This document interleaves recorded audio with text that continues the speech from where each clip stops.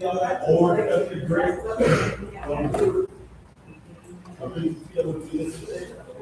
everybody.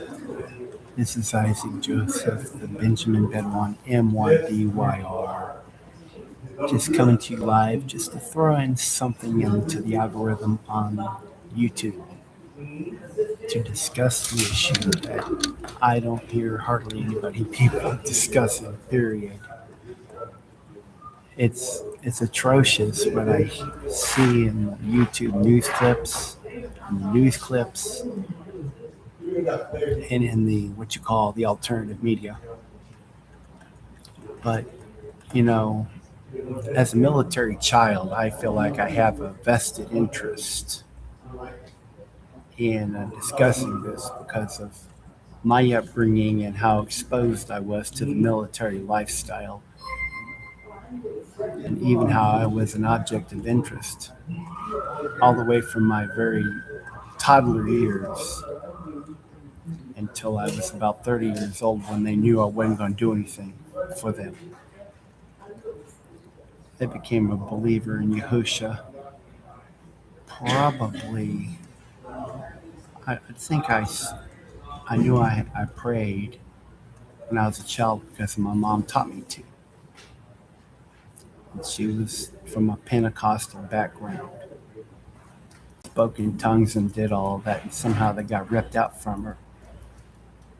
And even herself, having been raised in Panhandle, Texas, in her teenage years, after coming from Montague County, near the Red River on the border of Oklahoma, I can, as a Cherokee, a full-blooded Cherokee of Oklahoma and Georgia descent, different kinds of Cherokee. That's half of me. And forgive me about the mess here. I just want me to look a little better. I'll do that for you real quick. But that has a lot to do with it, because when my mom married my father in 1955, supposedly February the 5th, 1955, 2555, if you will, I know that my mom told me some things I do remember, and I love my mother even today. I miss her. She died unjustly in a medical system under Texas State Penal Code from the Adult Protective Health Services. Diana McGeehan pretty much contributed to the death of my mother, first by breaking into, and this is a military action from a state of Texas social worker. She didn't think anybody was home, so she knew my mom was at an appointment, broke in the house. I had just gotten into town, 2020. I had video footage of catching her and stuff. That stuff I had it on YouTube and the original channel. That got wiped out thanks to Juan Sanchez, who was supposed to be a naval veteran of the Navy. That man was pushing the bioweapon that he was enforcing on everybody in his congregation in order to come back and return to worship. That's kind of crucial to understand that, because basically, this Diana McGeehan actually has lineage nearby the area I'm at now, kind of to the north and to the east a little bit. And the fact that these pastors are willing to left and right push that jab, and now 3 states have declared it a dangerous bioweapon. Tennessee, Arizona, and Minnesota have all, by legislation, declared by statute, according to legislation passed by both sides, Senate and House, that it's a dangerous bioweapon. Yet this state continued to push it all the way up until at least 2024, according to our brother Chris, he tried to obtain, access into a shelter, and they were requiring it, even near the middle of 2024 when he left the state. Couldn't get into a shelter. And then last year in Spokane, the Universalist Grand Master Masons and the UGM Christian shelter system that is predominantly out west, but they have some shelters out this way too. And blessings to the one who came on. Well, that UGM Christian shelter in Spokane was still encouraging that horrible thing. And so, according to that alone, they said nothing and did nothing and even promoted it. The Nine Marks system, whose founder is Mark the Duke Blue Devil Dever, says he sued Washington, D.C. over the restrictions of meeting together, the number of restrictions of not having too many together. And they were shut down because of that, and they all got back together. And Dever's church at least officially required testing, but also encouraged the thing itself. The test and the jab themselves were both deadly, rigged. He said nothing, did nothing, and even promoted it. There was no religious freedom in that period. In fact, employment sectors in major professional fields required you to take it, and you couldn't claim a religious exemption if you were in these denominations and Christian movements that required it, because being in it by default meant you were required to take it or lose your employment. You tell me that ain't the mark of the beast itself, or at least a precursor to it. You'll have to make the choice on that. I'm still heavily against it. But one thing is for sure, he said nothing and did anything about that. And that does lead into what I'm saying now about the USS Lincoln. As far as the USS Lincoln concerned, you know the storylines behind it. If you've looked into it, it's out there. It's out there deployed, been out there for well over 9 months now. Sailors aren't getting adequate food, hydration, hygiene. They're not getting anything they need. And, Trump is just shrugging that off as, no, they're getting everything. Hedseth, the so-called Christian superstar of the government, who has declared that we're going to begin the apocalypse. Who would want to begin an apocalypse, being a true believer? That's a psychopathic, malignant attitude. His pastor out west, his pastor, wherever the pastor is, of his, followed the same, defended Hedseth about his malignant attitude about we're going to bring in the apocalypse. Would you want to be a believer and be a progenitor and a propeller of the apocalypse? That's a malignant attitude in itself.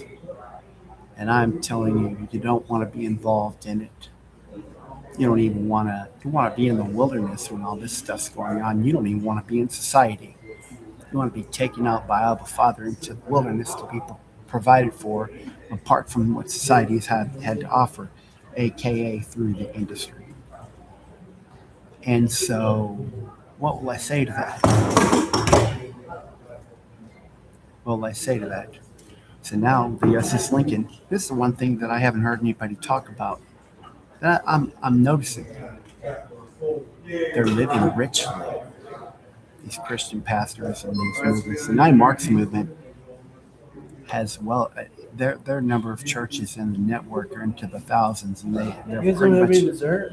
they're primarily a movement of Reformed Baptist and PCA Presbyterians who share Reformed convictions. Now, I can go back to that background and tell you that the Huguenots who founded Calvinism, 5-point Calvinism,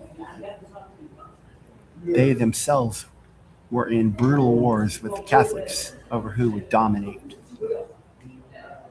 over who would take the mantle of so-called Christianity, which I don't subscribe to Christianity. I'm simply a follower of Yahushua Messiah, not bound by creeds and doctrines and all that. I'm 62 years old. I've been in this system a long time. I was in the Southern Baptist Convention or under its thumb a long time, and I can tell you. Yeah, we're going to throw it right back. I can tell you. It's difficult to understand why. If you're looking at your scriptures and you're for peace, why you promote this war. So why you, or at least you say nothing and do nothing and just sing your hymns and move forward and don't talk about it. Why? Because we're in the middle of a transition in the so-called Christian church into Christian nationalism. It's going to become Nazism. And we're going to go right back to the Constantine's creeds. I have posts. Oh, please pay attention to the post I put out, because that's most of what I put out right now, given the situation I'm in. But I cannot be called a veteran of war. But I was a child thrown into the Vietnam and Grenada wars, and that was just Vietnam over again. And I have memories of it, and it's traumatic. And I hesitate to discuss the details. I do remember I was already a survivor of the 1966 UT Tower shooting, the youngest survivor that never got documented, because I'm classified. You know, my family was always under duress not to tell me certain things. But, so I have a stake in this too. My main stake is in the kingdom of Yahushua Messiah. But I look at these churches, they say nothing, they do nothing, they sing their hymns, they run their programs, their education programs, yet you're not being told about this. They don't even have Sunday school or any seminars in their churches about, is war just? Is there a just war? You used to hear those arguments in the seminaries, and that's only going to be found in your Christian ethics and Christian philosophy courses. But the Huguenot thing is very interesting to me as I continue to expose the 9 Marks churches and how they put a stronghold, they put a strong clinch on members to not let them out. And I have been an object of that too. And I've been an object of very satanic things, satanic dark things from High Point Baptist Church, Austin, Texas, and people are not predisposed to even want to listen to what I'm discussing here. But one thing I'm going to tell you is the evil things that happened in that congregation and the evil things that happened to my father in that congregation before this Pastor Sanchez took over in 2005, horrendous. So why then would one, if you're a pastor, say nothing and do nothing? Say nothing and do nothing about Palestinian genocide in Gaza, and genocide against Muslims in Lebanon, using Hezbollah and ISIS and these so-called terrorist groups that the CIA actually made up, put out there.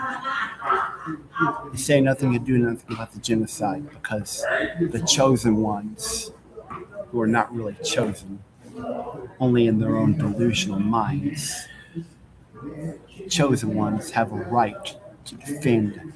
Dr. Al Mohler has actually forthrightly wrote up a resolution that the entire Southern Baptist Convention approved in a convention annual meeting, I think somewhere in 2023, 2024, probably after October 6, 2023. So it would have been the resolution after that said that it was a just thing for the chosen ones in Israel to defend their rights against Palestinians and Hezbollah and all the terrorist groups, when we know the stories of the genocide and the refusal of the state of Israel to provide humanitarian supplies, to allow the humanitarian supplies to flow through to the Palestinians, and how the Palestinians have to live in these big old tents, rats and other rodents and other creatures coming through and in and out, living in destitute conditions. It's a complete abomination that Christian pastors said nothing and did nothing about that either. I give credit to a few who tried, but they're still operating under the Constitution, which is treaties and debts according to Article 6 and 7 are the supreme law of the land. So Christian pastors follow the amendments to the Constitution, but not the actual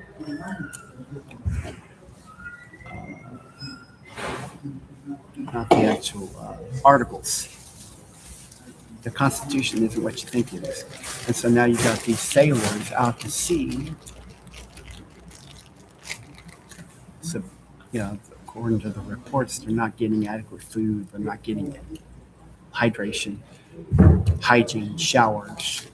They're basically being treated like dirty homeless people on the ship. I'm one of them, so I'm a dirty homeless person. This is what I'd be called. Well, Donald J. Trump tries to build a ballroom and use government money for other extravagancies for his own self. He plays golf.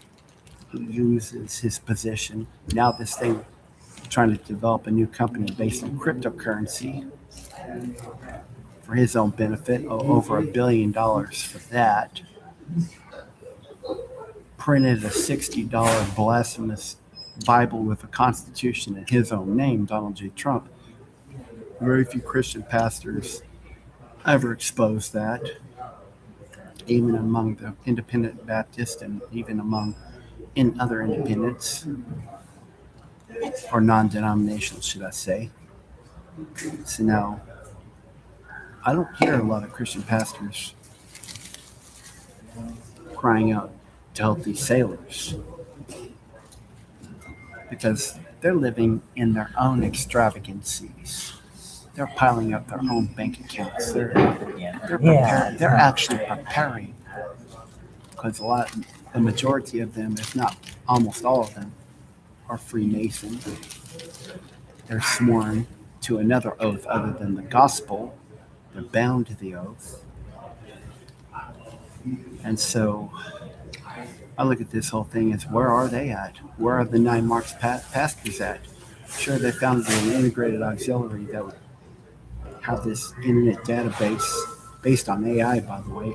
IA equals AI, integrated auxiliary equals artificial intelligence, as far as I'm concerned, because it was just a computer database that you could go into the pastor's office or the ministry office of the 9 Marks Church and just go see somebody about food and clothing, but they just tell you where to go to get it, and that's about all they ended up being. It's not really helping people. There might have been some of the 9 Marks churches actually doing actual handouts, but I don't see that manifestation. So the churches live lavishly and luxuriously, just like it says in Revelation 18, the woman who rides the beast. But they don't help the homeless out of their own hand. They just put a database up. Then they found it as an other 501c3 entity, nonprofit, under another 501c3 corporation called a church. And you pay fees and all that. And this is supposed to actually be for profit, not for profit, but it's still an entity with a board of directors and everything like that. It's actually, I covered that in 2021 in New Mexico. It's actually, that's why now when you're under 501c3, you bound yourself to a similar Constitution creed that they had back in the 4th century. And I have that in a post today, and I have that in other posts in prior days. So the 501c3 says 501c1, that is 501c section 1, preludes 501c3 by saying that anyone who is to receive tax-exempt status is an instrumentality of the government. They are an instrument of the government. That means you cannot go against government objectives. It means you may not speak out against the government. And a lot of pastors didn't speak out against, they were more than willing to speak out against Biden on the so-called conservative evangelical side. But the other side, Democrats, were not going to say anything about the Ukraine war. They were all go for it, free Ukraine, do all that, blah, blah, blah. But now that it comes to the other side of this, they're not willing to speak out against this atrocity because now they're bound to the government or they lose their tax-exempt status. This is true of Southern Baptists who are actually for everything Donald J. Trump is saying or doing. You might see it in the Baptist press.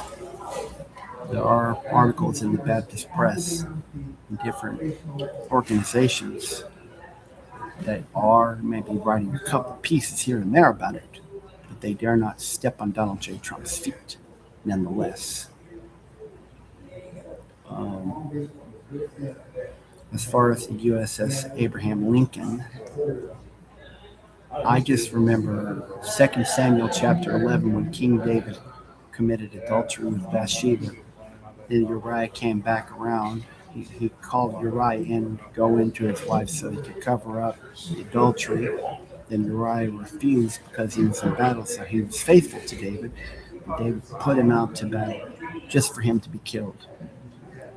And I'm going to tell you, this does relate to the Abraham Lincoln USS because I can tell you, given that Donald J. Trump has been labeled by many professional psychologists and psychiatrists as a malignant narcissist, and all the complaints about the USS Abraham Lincoln, I'm here to tell you that Donald J. Trump and Pete Hegseth, the superstar Christian Secretary of War, are very capable as malignant narcissists and pathological liars. They're well capable of making sure in one way or another that those sailors never come back home to tell the truth about anything, never come back home to even be comforted by their own families, to see their children, to see their home, to smell the grass, to even be in society ever again. There may be one loophole I could see where he could require every sailor to be bound to a contract, not to discuss anything about it, not to speak to reporters, not to do X, Y, and Z. I believe this is what's going to happen in order for them to come home. And if there is a mutiny and they try to revolt against Trump and go against him, they might even know that Trump himself is well capable of not trying to find a way not to let these sailors ever go back home again. Maybe even to let the Iranian government capture them or destroy the ship itself. That is very possible given the lack of munitions. This is how devious Trump is. He's a dangerous man. I don't know why he's not in jail after 34 counts of sexual assault. There's many more other cases. Epstein files, all that. I won't get too much into it, but Is Epstein really dead? He really committed suicide? anyway, what I'm trying to tell you is you got to pray for these sailors. They're in danger. They're more in danger than they understand. They're in more danger than MS Now or CNN or anybody's willing to really discuss it. I'll discuss it right now because Trump is well able and capable, and Pete Hegseth is able and capable as malignant narcissists, pathological liars, to make sure that what they say out of their mouth never gets contradicted. either through a written contractual agreement that's signed by each sailor saying that what they're not going to do in order to get back home. I'm going to tell you that's kind of the same thing that happened after the first Iraq War. 154 soldiers were the last ones that were supposed to get picked up, and somehow they ended up dead. Then they blamed it on the Iraqis, the terrorist group ISIS, the Taliban. I'm going to tell you, Herbert Walker Bush during Gulf War I made sure that those 154 troops never made it back home in about 1990 or 91 or something, after the first Gulf War was closed out. I am afraid for these sailors. I'm afraid for other military personnel who are potentially going to have to do a ground invasion with how many? And then he implements a draft. Who will go to this thing? What about the truth about whether or not the USS Lincoln is ever going to really get relieved and the USS Washington is going to take its place after it's already been kind of in its own deployment already? Who would want to be deployed out to that? I'm just not seeing it, friend. And these churches, even though many of church families are in the military, All right, let's go get some dinner. I think that the churches might purport themselves to be some kind of support for the families within the congregations, but they're not going to speak out and cry out injustice. They're not going to say anything and do anything about anything. They're not going to speak out like Isaiah 58:1 actually talks about. You shouldn't have to read the Bible to even know you should speak out and cry out against injustice. You should have the Ruach HaKodesh inside of you already telling you to speak out and cry out. But the scriptures do give us a written admonition that we don't just. Isaiah 30 verse 10 is a good scripture to read. Do not prophesy anymore in the name of Yahuwah. Speak deceits. Say smooth things. Jeremiah 11. Do not prophesy in the name of Yahuwah lest you die. Joel 3:3. Woe to you who live like, Amos 6:3. You who live in comfort and splendor. Woe to you who put off the day of doom. Isaiah 32:7. Woe to those, to the churl. This is concerning the churl, the so-called beneficial one, who destroys my people with lying words, destroys the poor among my people with lying words. And the word for destroy is a word that is also used to name the group of associates among the billionaires and the millionaires who are identified as the cabal. And there is a Hebrew word, cabal, meaning to destroy. And that's what Trump is doing right now. He's destroying with lying words and a lying tongue. I do not identify myself as a Christian. I am a follower of Yahushua, Messiah of Nazareth, the Christ, who came to die and shed his blood for me. But I don't go to these churches. I don't associate with them. They're all cowards. They won't talk. You know what they'll talk about in terms of the war? When's the rapture? When's the coming of Yahuwah? But they will not even cry out about it in the churches. Now, all they're concerned about, how is biblical prophecy going to be fulfilled? When's the rapture? Let me tell you something. The scripture doesn't even teach any kind of a rapture. It doesn't teach any kind of a rapture. It teaches a resurrection at the seventh trumpet, then a 1,000-year millennial reign. But there is no rapture. And if you're all millennialist, you're not going to like me because you're denying Revelation 20 verse 4 by using Revelation 20 verse 4 to say something other than what it says. You're in danger of eternal hellfire. I hesitate not to say it. That's why I've dissociated with many of them. I've dissociated with all of them because those people, they got their own lunacy in their mind because they reject the counsel and wisdom of the Ruach HaKodesh, the Holy Spirit of truth. The wind, the voice,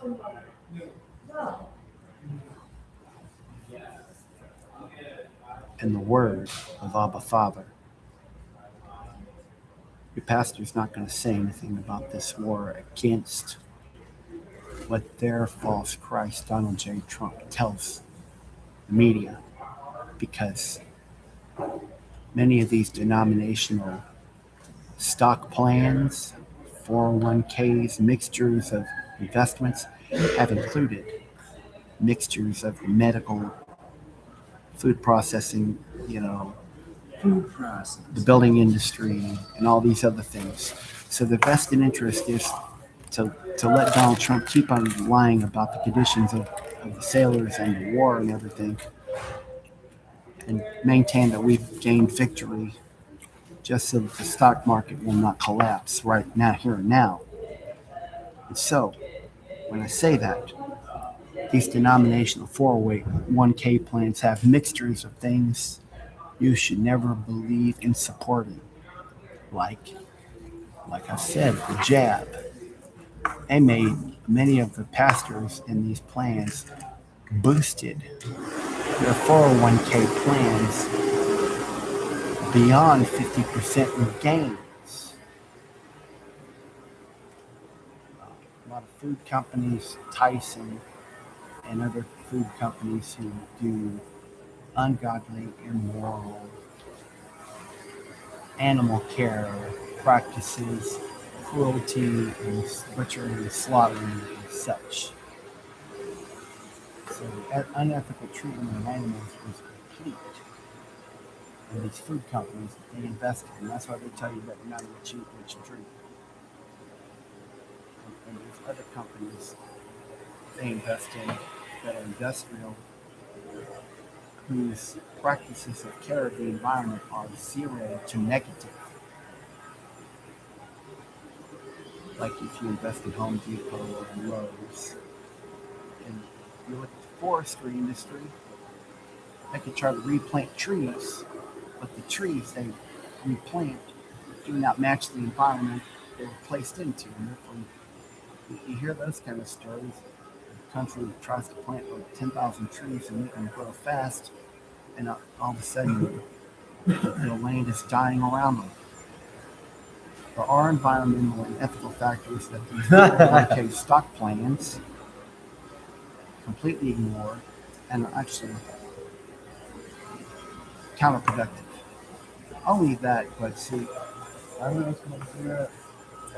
so just understand that the Christian pastor is going to say nothing and do nothing because their operations, including the 9 marks, have been nothing about the gospel and everything about business, including their weekend, their 9 marks weekenders. They're nothing but business. It's all about you'll leave there with 20 books, so bring your bag for 20 books. So I'm going to merchandise the books. Print some of these books that you done killed the trees for the books.